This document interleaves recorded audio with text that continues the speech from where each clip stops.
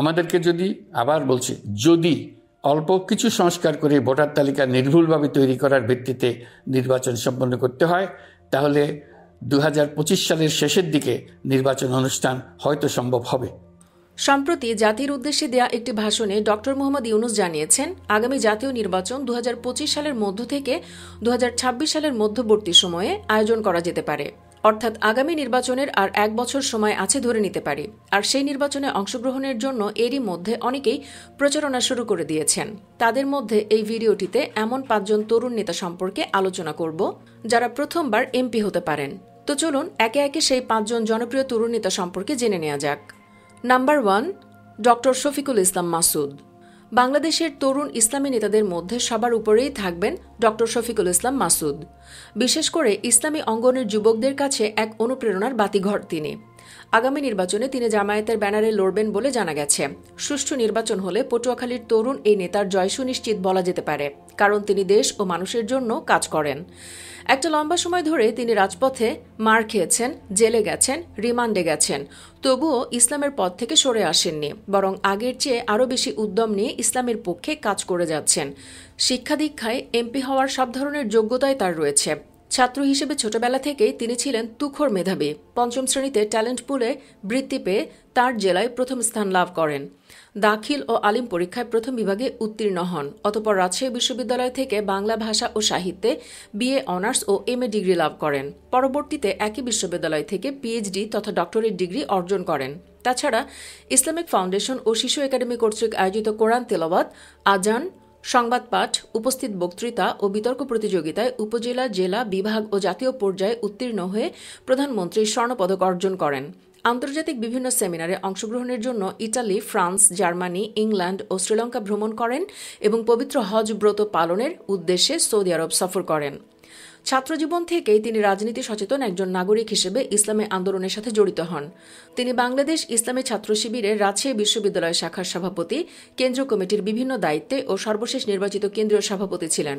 বর্তমানে তিনি বাংলাদেশ জামায়াতে ইসলামীর কেন্দ্রীয় মজলিসে শুরা সদস্য, কেন্দ্রীয় কর্মপরিষদ সদস্য ও ঢাকা মহানগরী দক্ষিণের সেক্রেটারি। আগামী নির্বাচনে তিনি পটুয়াখালী থেকে লড়বেন। এরই মধ্যে প্রচারণার কাজ শুরু করে দিয়েছেন। নাম্বার 2, তারেক রহমান। বিএনপির প্রতিষ্ঠাতা জিয়াউর রহমান ও 3 বারের প্রধানমন্ত্রী খালেদা জিয়ার সন্তান হয়েও এখনও এমপি হওয়া হয়ে ওঠেনি তারেক রহমানের।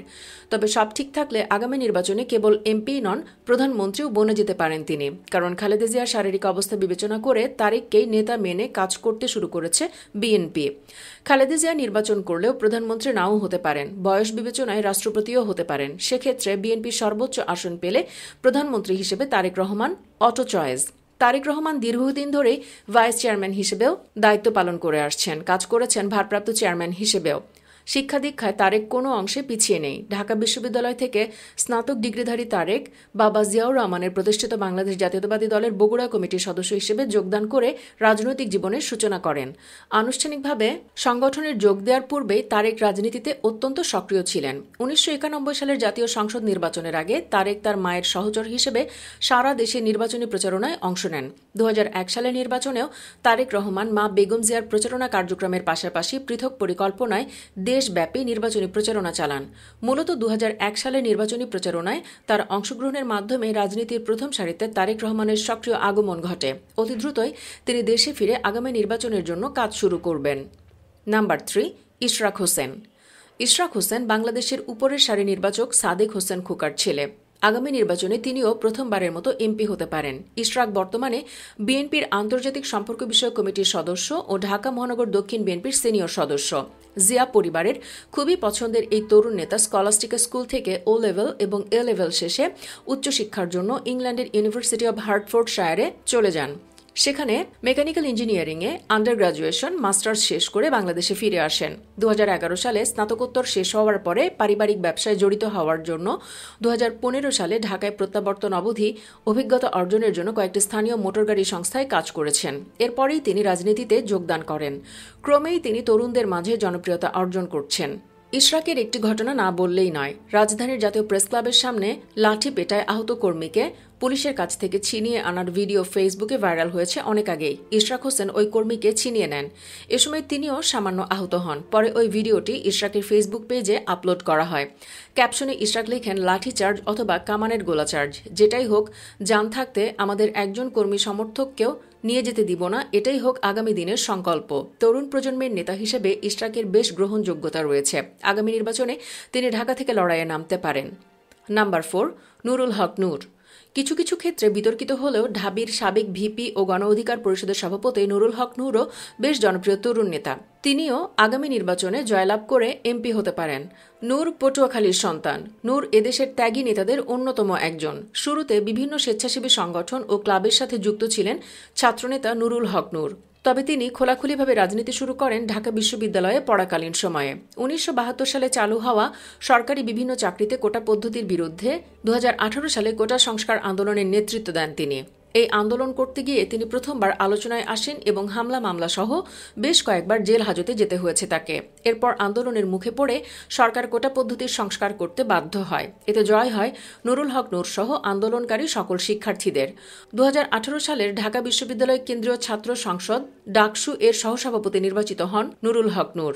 আর বাংলাদেশ ছাত্র অধিকার পরিষদ হল বাংলাদেশের সাধারণ ছাত্রছাত্রীদের ন্যায়সঙ্গত অধিকার আদায়, সরকারি চাকরিতে কোটা ব্যবস্থার যৌক্তিক সংস্কার ও অন্যান্য বৈষম্য দূরীকরণের উদ্দেশ্যে প্রতিষ্ঠিত একটি সংগঠন। এছাড়াও 2018 সালের জুলাইয়ের নিরাপদ সড়ক চাই আন্দোলনেও সামনের সারিতে থেকে নেতৃত্ব দেন তিনি এবং সারা দেশবাসীর কাছে শিক্ষার্থীদের যৌক্তিক দাবিকে তুলে ধরেছেন। এসব কার্যক্রম তাকে মানুষের কাছে ব্যাপক জনপ্রিয় করে তোলে। শিক্ষার্থীরা তাকে ভরসা করতে শুরু করে। শিক্ষার্থীদের দাবি আদায়ের জন্য নানা সময় নানা রকম আন্দোলনের সাথে যুক্ত হন তিনি। এজন্য ছাত্রলীগ নেতাদের আক্রমণের শিকার হতে হয়, এমনকি জ্ঞান হারিয়ে হাসপাতালে ভর্তিও হতে হয়েছে নুরুল হক নূরকে। এভাবেই তিনি দিনে দিনে তরুণদের কাছে জনপ্রিয় হয়ে উঠেছেন, তাতে ভবিষ্যতে হতে পারেন এমপিও। নাম্বার 5, হুম্মাম কাদের চৌধুরী। শুধু হুম্মাম বললে হয়তো অনেকেই নাও চিনতে পারেন। হুম্মাম কাদের চট্টগ্রামের সালাউদ্দিন কাদের চৌধুরীর ছেলে। জাতীয় সংসদের চট্টগ্রাম 2, চট্টগ্রাম 6, চট্টগ্রাম 7 আসন থেকে নির্বাচিত একজন সংসদ সদস্য ছিলেন সালাউদ্দিন কাদের চৌধুরী। সংক্ষেপে তিনি সাকা চৌধুরী নামেও পরিচিত ছিলেন। 1971 সালের মহান মুক্তিযুদ্ধে মানবতা বিরোধী অপরাধের অভিযোগে হাসিনা তাকে ফাঁসিতে ঝুলিয়ে খুন করেছে। তবে তিনি চলে গেলেও উত্তরসূরি রেখে গেছেন। তার 2 ছেলে হুম্মাম কাদের চৌধুরী ও ফজলুল কাদের চৌধুরী এবং একমাত্র মেয়ে ফারজিন কাদের চৌধুরী। সাকার ফাঁসির পর দীর্ঘদিন তাদের হদিস ছিল না। তবে হাসিনা সরকার পতনের পর হুম্মাম দেশে ফিরেছেন ও রাজনীতিতে সক্রিয়ও হয়েছেন। এর আগে 2017 সালেও একবার হুম্মাম দেশে ফিরে আলোচনায় এসেছিলেন।